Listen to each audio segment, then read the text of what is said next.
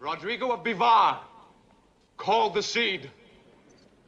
Why do you alone refuse me fealty? Sire, all those you see here, though none dare say so, harbor the suspicion that you may have counseled your own brother's death. Unless you can prove your innocence, you will have no loyal subjects. Your kingdom will be torn by doubt. Thus, I cannot give you fealty, nor own you as my liege. Thanks for joining us as we examine the life of El Cid, otherwise known as the warrior who defied an empire. And holy cow, did he defy. That's right. Otherwise known as Charleston Hesse. No, otherwise known as Rodrigo Diaz de Vivar. My name is John Newton, not El Cid, historical science fiction author, and I'm joined today by Eric from Your Brother in Christ. So who is El Cid? If he is a medieval crusader, is he one of those bad guys, just another bloodthirsty European, another colonizer looking for land and glory and power and riches? Well, let's see. We've been going through the last couple of weeks the book Defenders of the West, the Christian Heroes Who Stood Against Islam by Raymond Ibrahim. And over these last couple of weeks, we've explored these defenders in the West by delving into the historical conflict between Islam and the West. That it was not just the West. It was not the West who drew blood, but Islam with its concept of jihad driving as a driving force behind Islamic expansion. Now, contrary to popular opinion, that aggressive expansion was not just in the Middle East. It was also in the West, in Spain. As Islam expanded across northern Africa and came up across the Straits of Gibraltar and into Spain in 711, it conquered great swaths of territory, passed over the Pyrenees and into southern France, and was only pushed back by Charles Martel. So we're going to be looking at a couple of these defenders that were in the West, and El Cid is the first one. We'll be covering another one here in a couple of weeks. Now, real quick, 711, that was definitely, the Muslims had to be reacting to the Crusades coming on through. So that was like after the Crusades, right? Because they definitely wouldn't invade Europe just on their own. Oh, no, it wasn't? No. You mean 711 wasn't after? And that's not just a quick stop to get a Slurpee either. No, 711 was the year they came through. So when was the first crusade? It wasn't until after. I think it was like 1095. So it was a good 300 years after the fact. Yeah. Oh, yeah. Okay, this guy's been here for they invaded us 300 years ago. That's longer than America has been around as a nation. Mm-hmm. And they just took over here. Now we're pushing back. Yeah, so the pushing back was when the Crusades were, and that was just in the Middle East. But the pushing back in Spain started earlier. But what are you going to do? I mean, they are taking over your land and territory, and we did a big review of this a few weeks ago, talking about the myth of the Andalusian paradise, which is, I don't want to put it on El Cid there, this book here, which goes into great detail about the conquest of Spain and what happened there. The whole Reconquista, which took until 1492 to entirely reclaim the territory that was lost to Islamic invasion. So, what is El Cid? We took a poll, and yes, I did say what and not who is El Cid, because in this poll, we asked, what is El Cid's true identity? And had a little bit of fun with this. Most of you got it right. 71% said a Reconquista hero. 7% said a notorious cartel drug lord.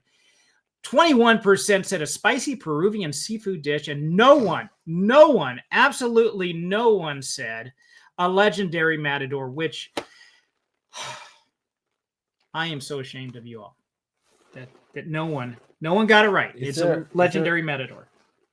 Is there some seafood named El Cid? I have no idea. I just put I that mean, in you're there. making these polls up. You probably just- should check Yeah, who to knows? make sure that Who knows? It could be. So I am checking to see. Yes, okay, right here, because there's been a lot of conversation in the chat. I want to see where we're just picking up on the actual discussion for today's video. All right, so Carol, Charleston Heston played all the heroic parts. Yeah, what a dude. What a dude. Now, I might as well say this now. I was going to save it till the end. I'd originally planned to do the next hero, which was Richard the Lionhearted, next week. All set up for that. We also do movie reviews. So why not do Charleston Heston's version of El Cid? And just, I think what would be interesting about it, not so much as like, yeah, you should go see it. Not so much that, because it's not in the theaters right now. But as a no, it's not. Hasn't been there for and there might be spoilers. So many spoiler alert. So it's not that. I think what would be interesting to do is a comparison to Kingdom of Heaven, which we just did a review on, and say, okay, here's a modern take on a crusading era hero, and look at it in comparison to the 1950s version, the 1950s, right, when that came out. I don't know off the top of my head. Yeah, I don't know either. Compare that. It might be early 60s. I think it's 50s. Compare those two versions and say, what was Hollywood's mindset during those two times, and do the comparison there. So it's great that the book is appreciated and used. And okay, I think I'll put this one up. Those Europeans have oppressed the world. They, all nations of the continents of Europe, should remove their oppression, Christianity, innovations, fashions, education, language, and cuisine, etc. Yes, would be absolutely. Remove all the education, science, and everything else that you've learned. So yeah, Muslims can have the Muslim inventions. They can keep those. We'll go with that. Oh wait, they don't have any. So the El Cid has such an impact on Spain, and we're going to be going through each one of these heroes in this book.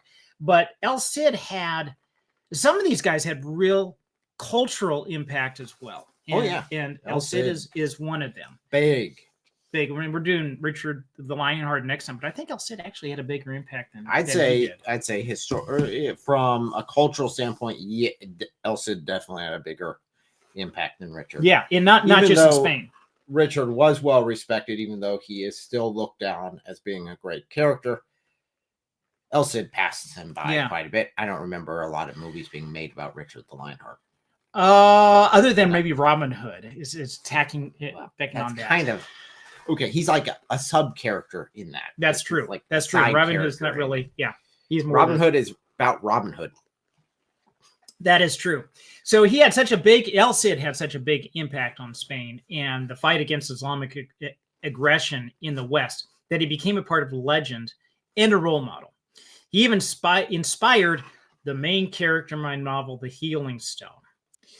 3 months after Mama died, Francisco and Papa read together at the table after finishing chores. Francisco hadn't realized how much Mama did. The household work made him miss her even more. Papa held Francisco with the words as the boy read the Lay of El Cid out of their favorite book, unloaned from the Manor Lord, the Songs of Heroic Deeds. Francisco knew not to eat or drink near it, lest he spoil it. He loved these times with Papa. They had become more frequent since Mama died. No other boy in the manor knew how to read. Papa said that even if their family was no longer in noble court, they would retain their knowledge of books. The flickering fire from the brazier gave the letters this book life, and the stiff pages felt crisp to Francisco as he moved his fingers under each word. That no man to Roy Diaz give shelter now. Take heed, and if one give him shelter, let him know in very deed, in their fear of King Alfonso, had they even done so. Francisco stopped reading. El Cid fought with the Moors? Is that why he was banished? He fought with them and against them, as did many of our kings. But he was not banished for that. So then why was he banished? Read on. You'll see. He regains his honor and defeats the Moors. So this is just a bit of a taste of how, and I tried to capture in the book, The Healing Stone, what the mindset was that people had in that era shortly after El Cid had passed away and his legend then began to grow. He was a role model. And some of the questions that we're going to ask with this too is that what Francisco was just asking. All right, why did he work with the Muslims? If there was a conflict with them, what was his compromise that was going on? And we'll wrestle with that as one of the issues. Okay, I am going to put this up. This is good advertising. I enjoyed reading The Healing Stone. Hey, fantastic. I'd like to see what you liked. So contact me later because it's always good to know what. I always ask people when they read one of my stories, what did you like most and what did you like the least? Because that's always a way to help develop skill. So more familiar with Charles the Hammer Martel. He needs his own movie. Yeah, so there's a lot of these people that just need their own movie. Holy cow! I think okay. So he. All right. So I'm going to ask you guys in the chat. Let's test your historical knowledge a little bit. Who came first, El Cid or Charles Martel? And I think if you know the history of Charles Martel, I think you could pretty much figure it out. This is a very easy I know. I'm giving him a softball, but what the heck? Yes. Okay. Just kind of. If you don't even call it a softball. Well, we'll see. Maybe people don't know. I mean, I had people choose the Peruvian dish as El Cid, so that could be I there say too. You need to do more research on your Peruvian dishes and make sure there's not one called El Cid. There might be. There might be. There might be one on there. You should have gone with like a Japanese sushi dish or something like that. But that has El Cid. El Cid has to be Spanish. They do some weird things, but the point is, for a fact that they would not. Hopefully. Okay. So okay. So we got one. We actually have two. Do Thomas Hall. Yes. Oh. Okay. So the question is, who are you sure you want to put this in here? Who came first, El Cid or Charles Martel? And Thomas said, more familiar with Charles. He says, okay, you said that earlier. And you said El Cid came first.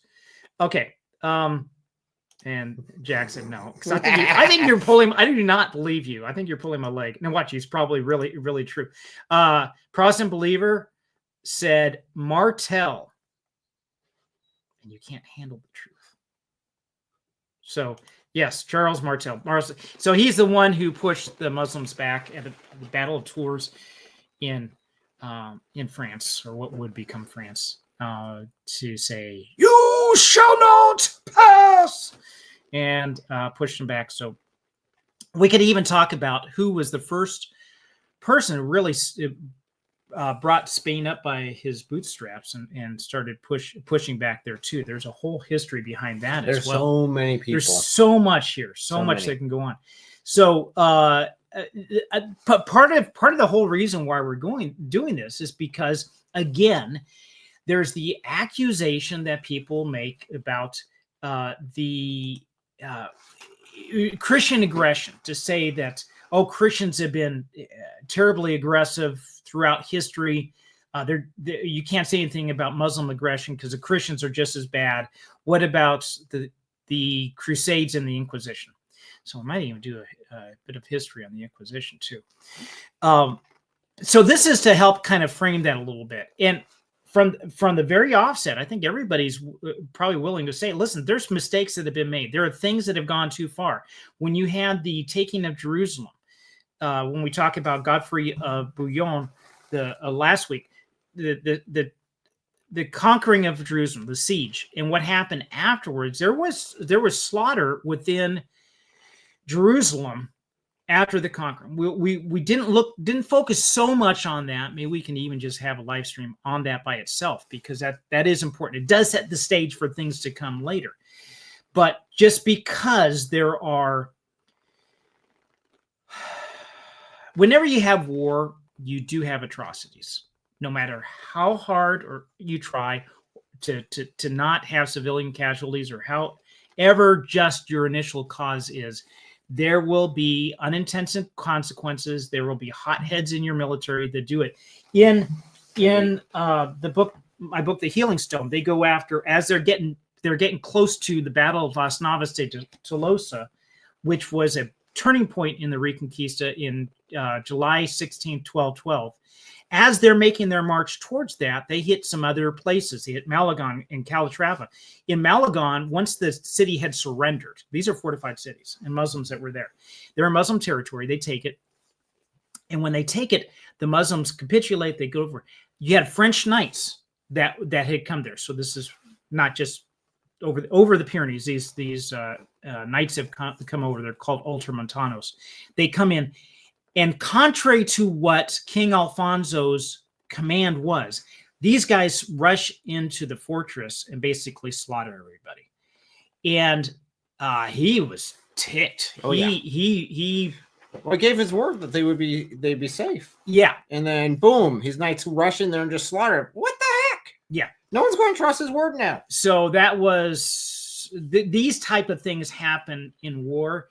And the question is, generally speaking, what is the overall policy for it? And you look at a just cause, a war, the principles of just cause or the just war doctrine. We looked at that a couple of weeks ago, and those are the general guidelines that have been used throughout Christendom to say, this is how we should handle war. Was that done every time? No. You had Christians fighting Christians and things like that. But generally speaking, that was the guidelines that were used for that. So just side mention, though, although Christians will take the stance that, yes, there were things that were done in the Crusades that were not right, that were not just, most Muslims won't take the same approach. In fact, they won't be critical on any of their, definitely the very early jihadists, such as Abu Bakr, they will not be critical. And if you listen to Ali Dawa talk about Abu Bakr, man, yeah, that man likes himself some Abu Bakr. So as Christians, we should be introspective and reflecting on past deeds to say, do they match up with Scripture? Are they in line with what the Lord's wishes are and so forth? We need to constantly be doing that in our own lives and throughout history too. But that's not the case with Islam. Islam has a primary objective to jihad, and jihad is just not a personal struggle, right? Nope, to conquer, kill, steal, and destroy. Yeah, and the worst of all creatures are Christians and Jews and polytheists. Basically, any non-Muslim. Any non-Muslim. So they're not even human. There are two. The world is divided into two sections: those that are part of the House of Islam, and those are the part of the House of War. And if you're not part of Islam, it's free reign. It's war. Yep. And we do see that through history, and these histories are largely ignored. That's why we're going through that. As for the just war doctrine, they've been treated more as, how shall I say? The code is more what you call guidelines than actual rules. Yeah. So we just continue to work through that. So I'm going to check the chat real quick. I think we've had a few more things pass through before. I'll put this up here. Protestant believer said, we know that's not true. Crusades were responsible for the Muslim invasion. No! Unless they're freaking time travelers, the answer is no. And Christians held off for quite a while before doing a large 400 years. Yes. Now in Spain, they did push back earlier, but that was a specific invasion for that location and not going back to not pushing back on the invasion of all the Holy Lands. Yes, right. And it's very interesting to think back then when the Christians held it, they were very scientifically advanced. That area was basically the jewel of the world concept where, hey, they've got it going on. They are advancing society. They are moving forward. And then the Muslims get it, and it hasn't changed very much. No. there has been hardly any advancement. They've been too busy fighting each other over everything. Unfortunately, that's true. Carol said, I had a Muslim 14-year-old boy student cry because I told the class that Jews are good people. Imagine the backlash from all the factual Crusade and Reconquista movies. Wow. No, that's true. I mean, seriously, they are, in Islam, they are brainwashed to such an extent that, Jews are horrible individuals. They are responsible for everything.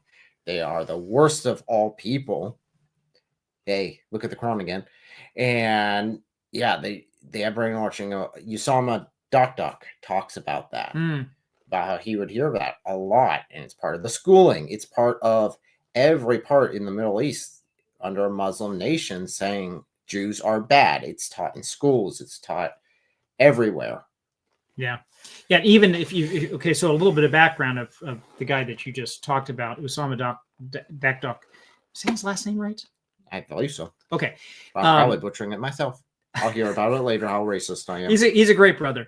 Very, very vivacious. When I was on stage with him, it's like he has a presence, okay? Very commanding presence. Egyptian. So when he and he also has his own YouTube channel, and hopefully I'll put a marker here for it. Give him a call out, shout out.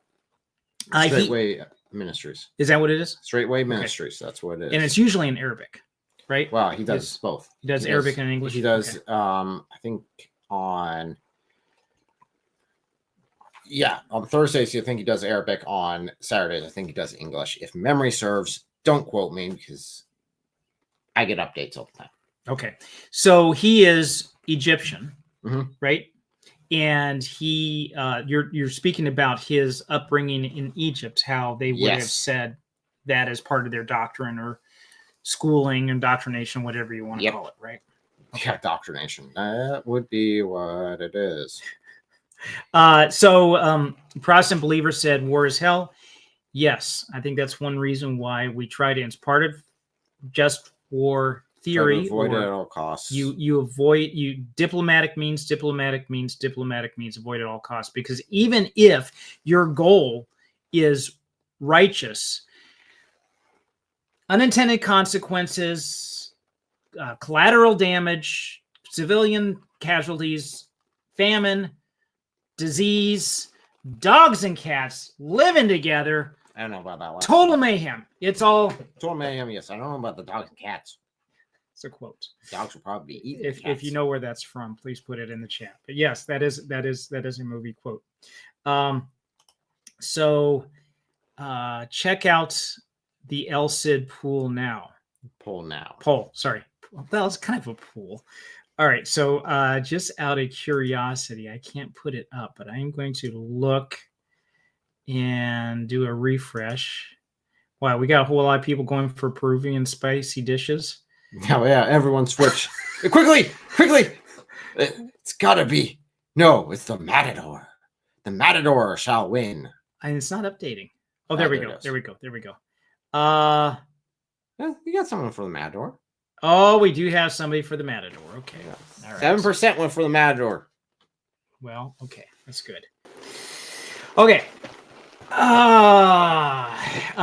Okay, so brief historical background on El Cid. He was born in 1043, a Castilian knight. He was not born as a Castilian knight, but he became one. Warlord and national hero of Spain. Now, about his nickname, El Cid is not his birth name. Rodrigo is his birth name. And how did he get El Cid? Do you know where that comes from? Would that be El Cid? Would that be a nickname given by the Muslims? Well, the Cid part is yes, because they would call him Cid, which means Lord. And then the Spaniards picked it up. But the Spaniards also call him Campeador, which means champion. That's what the Christians called him. He fought during the Reconquista and the Christians reclaiming the Iberian Peninsula, or Spain, regaining Spain from the Muslims. Now, the big question is his dual allegiances. So I've got a bit of a timeline here. So we've got El Cid. I'm going to read through some of these real quick because there's a lot of things that he hits, and the big thing with Valencia is a big part of it. So he fights the Battle of Gracias.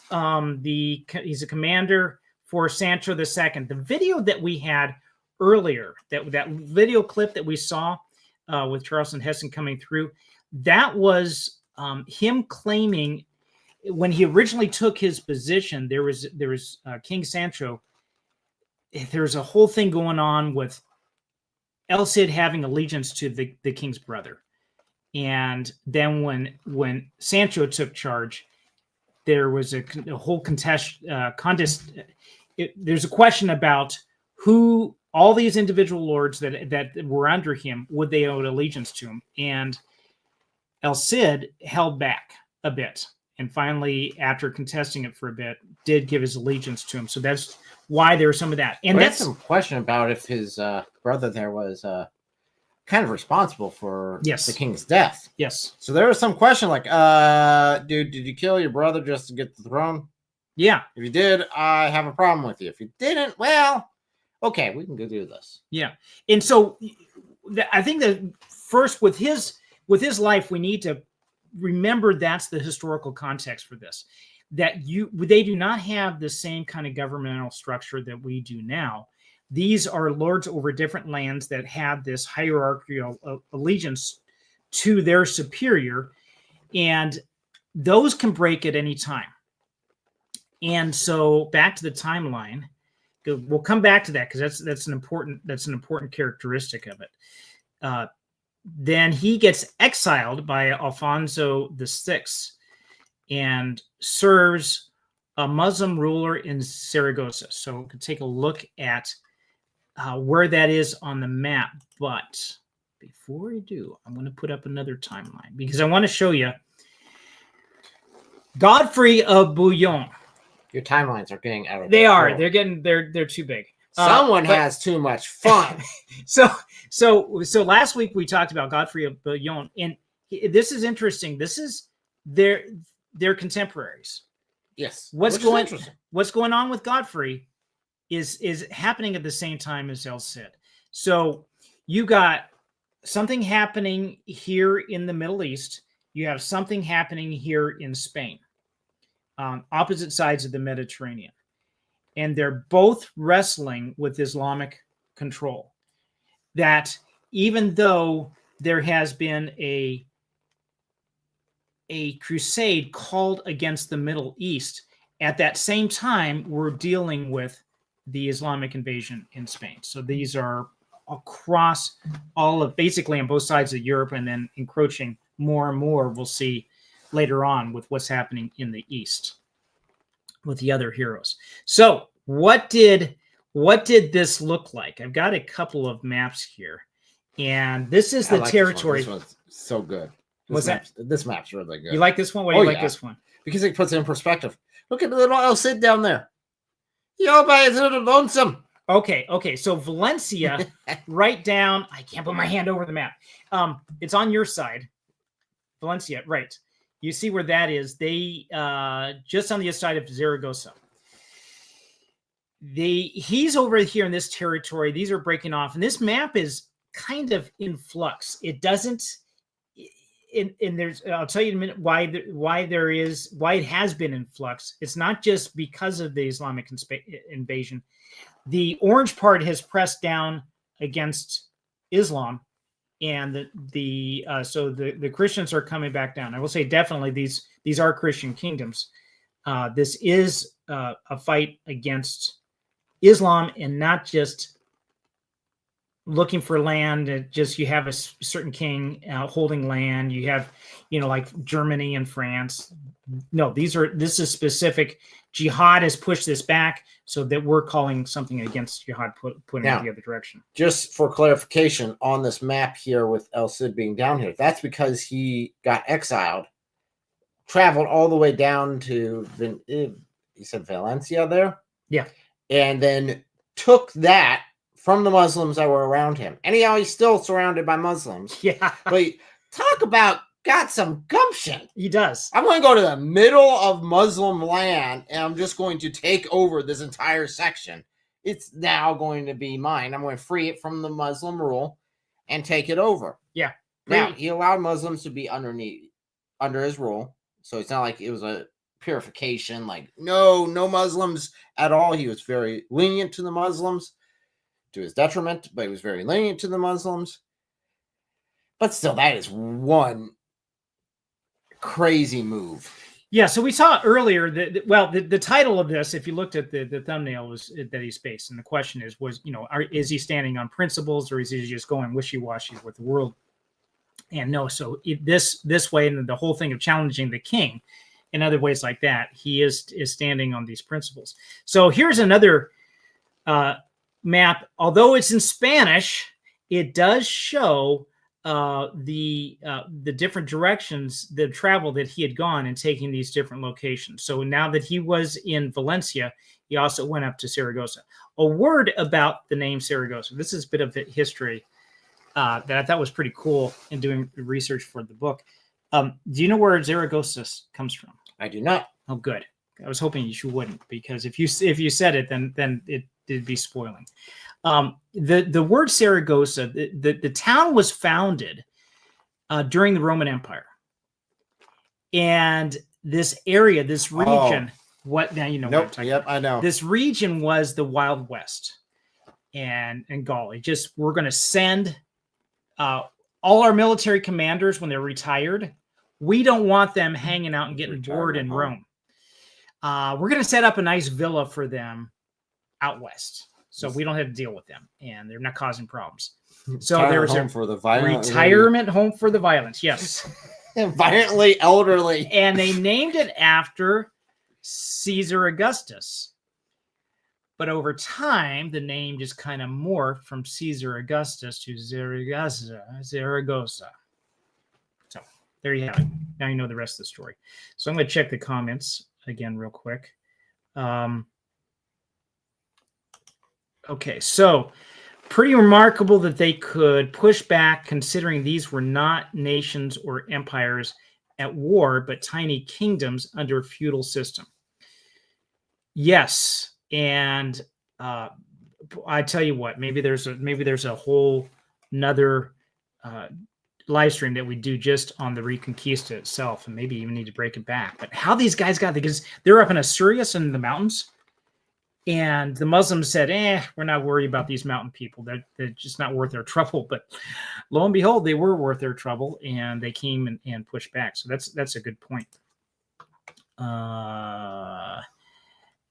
Dang the tornadoes.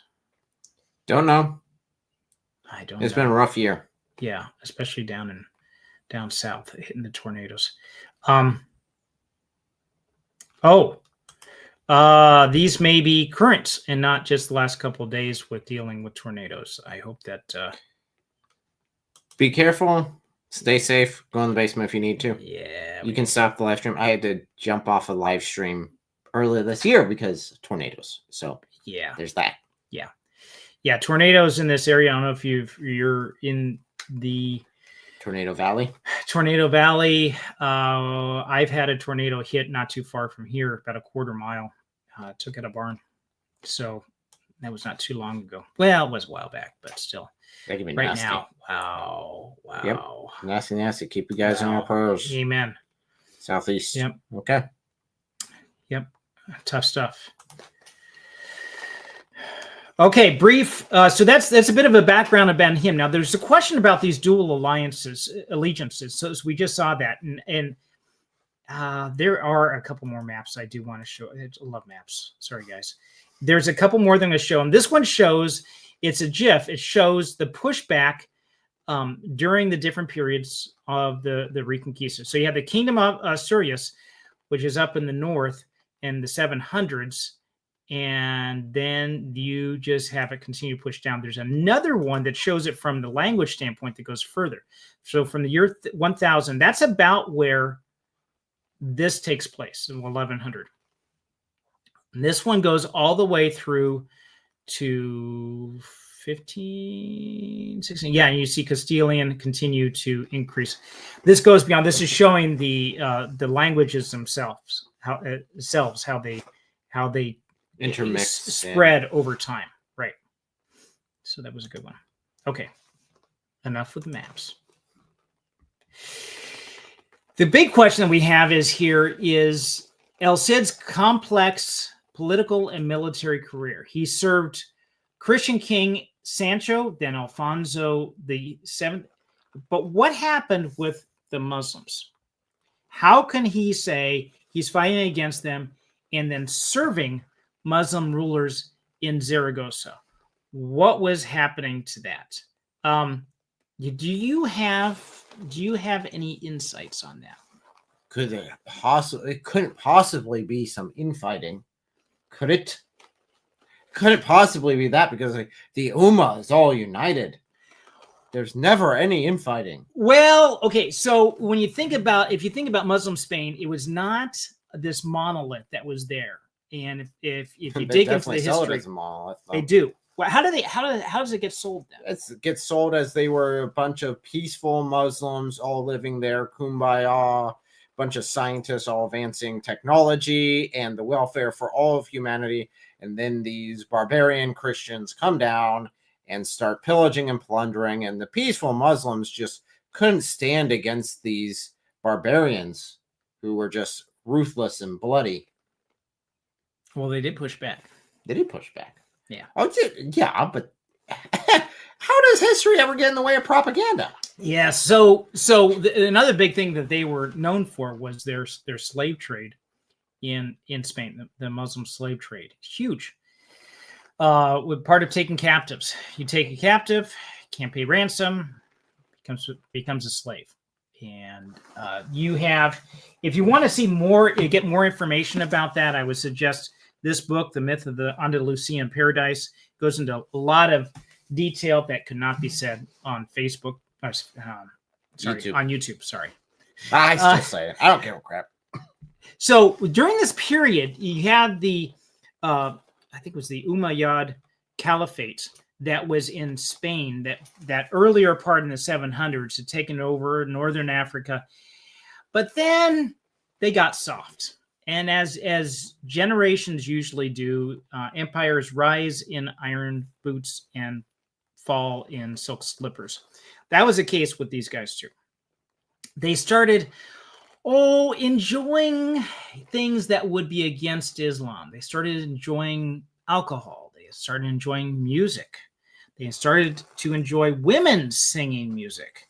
Yeah, and on and on and on. Basically, yes, basically acting like Ottoman sultans there. And not only that, but they started some infighting among themselves and broke up into smaller kingdoms. These were called Taifa kingdoms. And they were having their battles amongst each other. This is the period that we see El Cid.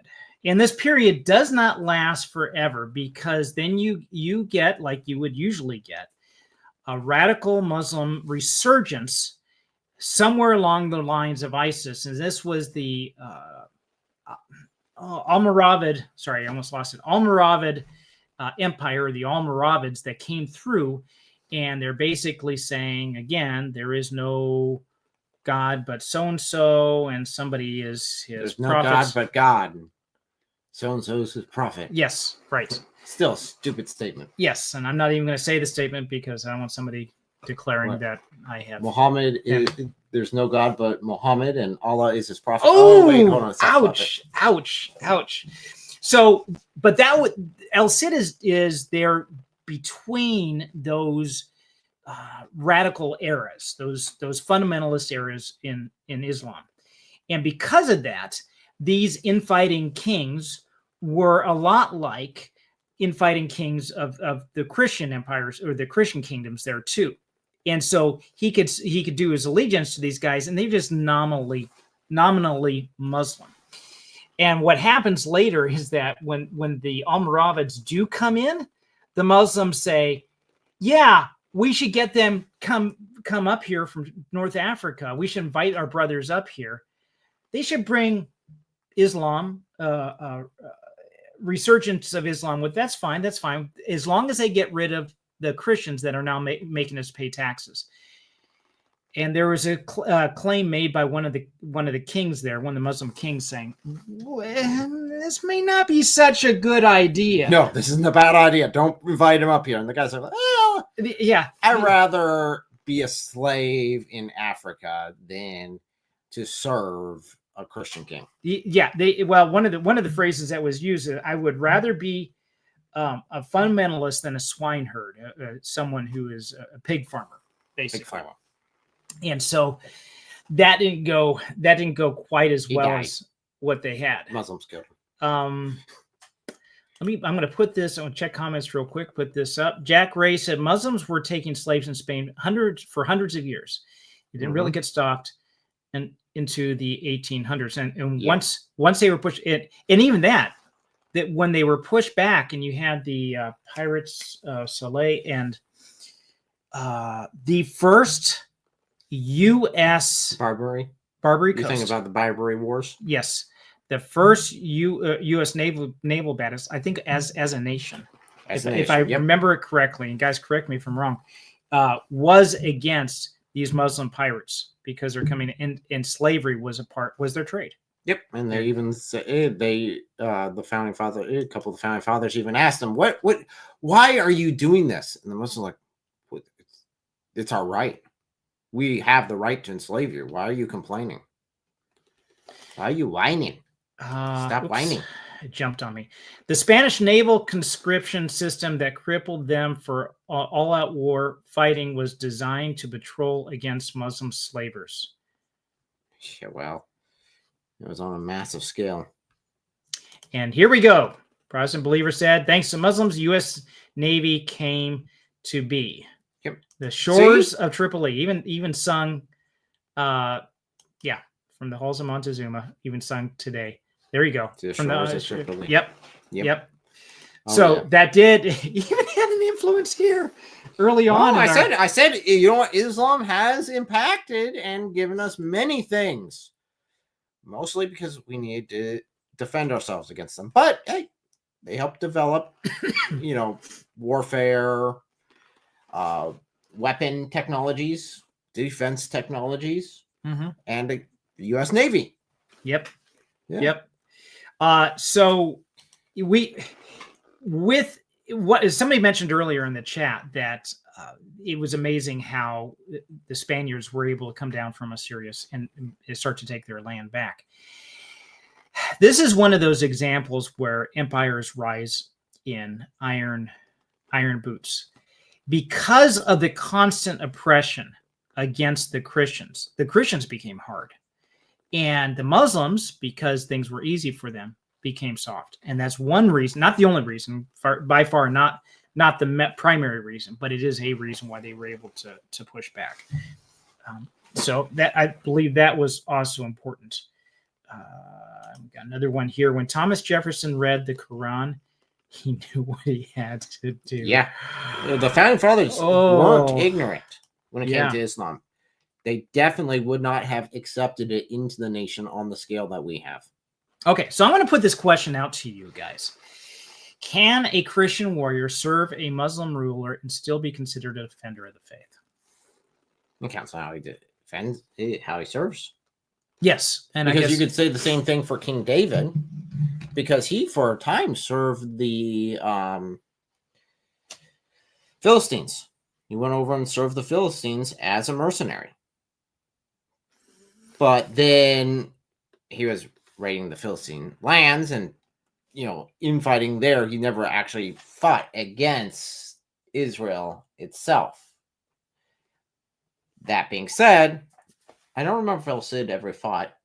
Did he fight against the Christians? Yeah, there were some that were going back, but it had more to do with, it wasn't because they were Christians. It had more to do with fighting back and forth. I'd have to go back and double check and make sure. I think I'm pretty sure that was part of the history. But one thing that really came through with this was the treatment of Valencia. He treated them very well. He gave them basically they could rule themselves with their own Sharia. Yes. But when that changed, they were like just biding time? They're biding time, waiting for the opportunity. As soon as he would go off to war against the Muslim nation that was trying to invade, they would immediately stab him in the back. And they didn't just do this once. Yeah, it They happened did several this times. over and over until he finally realized, I can't trust these guys. And even then, he didn't just go back and like, I'm going to wipe you all out. All of them. Ooh. No. He said, pack your bags and just leave. Yeah. Just leave. Just go. I'm not going to kill you. I'm not going to harm you. He could have just taken them and leave. sold them all to slavery. He could have killed them. He could have done all that, right? Oh, Yes. yeah. If we can see that throughout time, whenever there has been Christian revolts against a Muslim ruler, they always come down with the iron fist. Right. They sell them into slavery or kill them all off or something along those lines. They definitely did not do what El Cid did, which is you guys can just leave. Yeah. So as far as the biding time goes, what happened is the Valencian Muslims were playing nicely until there was a large Muslim force that come up for their rescue. Mm-hmm. And El Cid had done some pretty cool tactics, like breaking down the bridges last minute before they got there and then flooding the plains. And the Muslim forces that were advancing said, it's not worth it, give up. And then the Valencians had to basically eat crow with El Cid to try to get things together. But at that point, he said, you guys just aren't trustworthy. Now, here's a question, because we're talking again about policy. What is the Christian policy concerning being ruled by a foreign or oppressive power? What is the general policy that Christians would have? I'll put that out there as a question for the chat. Don't answer. Oh, yet. okay. Okay. Not for you. Not for you. I'm Not for me. asking for them. And then what is the general policy according to Muslim theology?